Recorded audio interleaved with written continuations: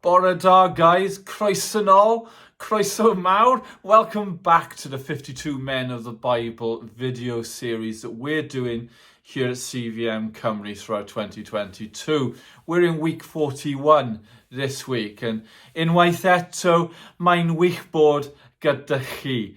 Once again, it's great to be with you, and really looking forward to this week. Week 41, looking at Peter, one of the disciples, a guy who made a truckload of mistakes, but also did so much good for the kingdom cause across this world. He is basically loads of stories about him throughout the four Gospels. He's an ever-present guy with Jesus. He's also got two letters in the New Testament too. So we have got a load of stuff that we could talk about. Probably more, well, not probably, definitely more than we could ever get into this short video for this week. But he has a huge amount to teach us, and we're gonna try and tease out the key issues for us and the key things that we can learn. So grab your Bibles. Yeah, I don't even know where to start, but have a look for Peter in the Gospels. Maybe have a flick through the two letters, 1 and 2 Peter. There is a load of stuff you could read, and all of it is super helpful. And then we're going to give you a little bit of an overview once you've done that.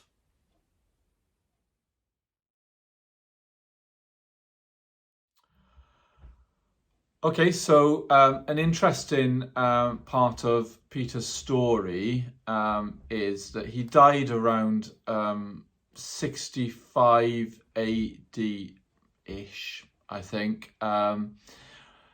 Reports have it that he was crucified upside down. He finished his life on earth very, very strongly. He is a hero of the faith, and he is an example to us all. And he's one of these incredible characters in the Bible who is an example to us, not just in terms of the good, but also in terms of the not so good as well. He was, as I said, one of the first disciples of Jesus. He's one of that group of 12. He was a fisherman. He was a man of the world. He was a strong guy, and all of that plays into the kind of follower that he was for Jesus. He's a guy who promised Jesus that he would never forsake him, that he'd never let him down, and he would be by his side right to the very end, and would die with him if that was necessary. He's the guy that Jesus said, Peter, you are the rock, and upon this rock I will build my church.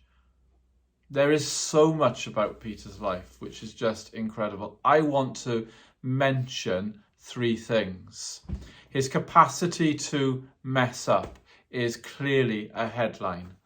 You know, we see it on the Mount of Transfiguration when Jesus is with Moses and Elijah, and Peter wants to do something. He can't just observe and let that moment transform him.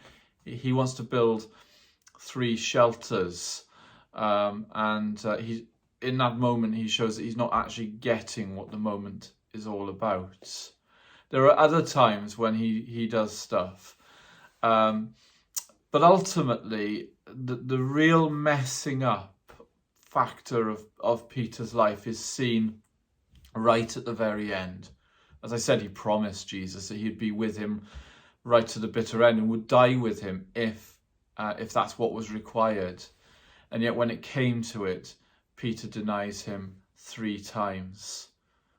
He's gathered around the fire pit, and Jesus is in the kangaroo court, if you like.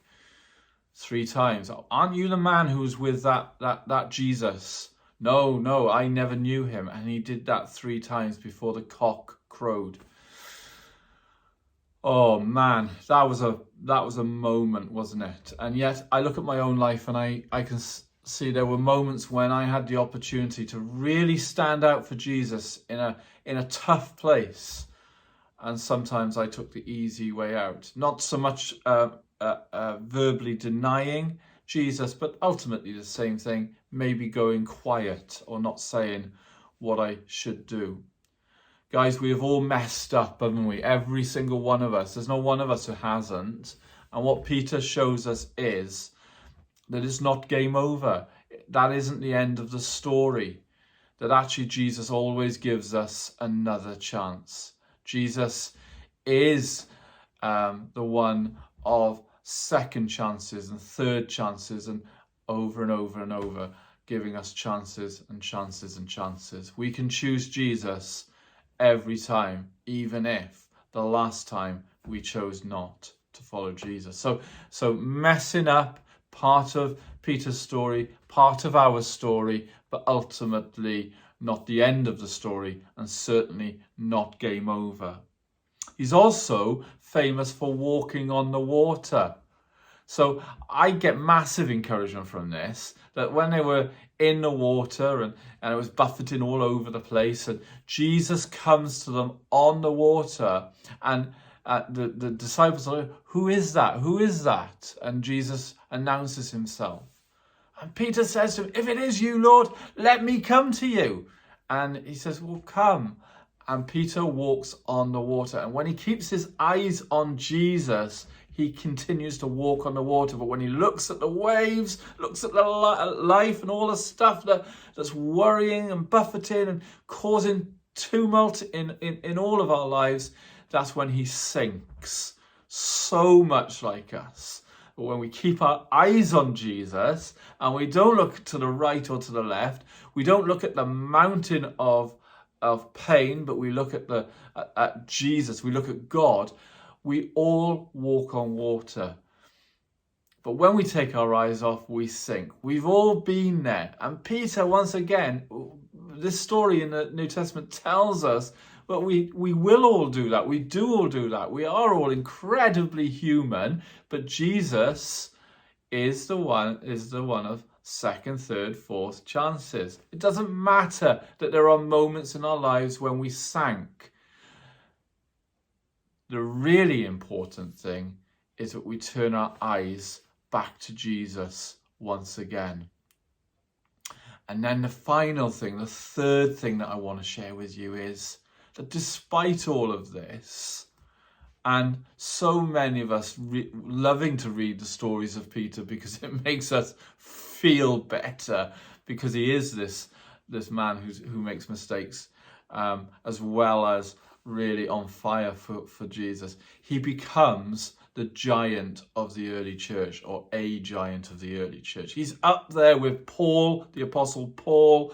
So there's a few others, but there are not many that compare with the contribution that Peter makes to the early church. Upon this rock I will build my church.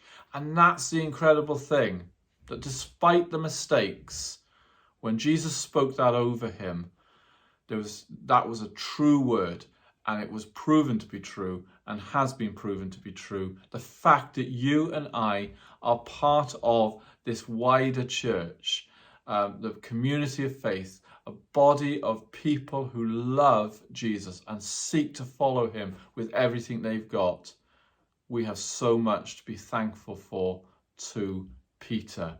And here's the thing, when that works both ways, because when Peter said to Jesus, I will not forsake you, I will die for you if I have to, then we find out that actually does happen in the end. And he is martyred for his faith, and he is crucified upside down, because he didn't feel worthy enough to be killed in the same way as Jesus.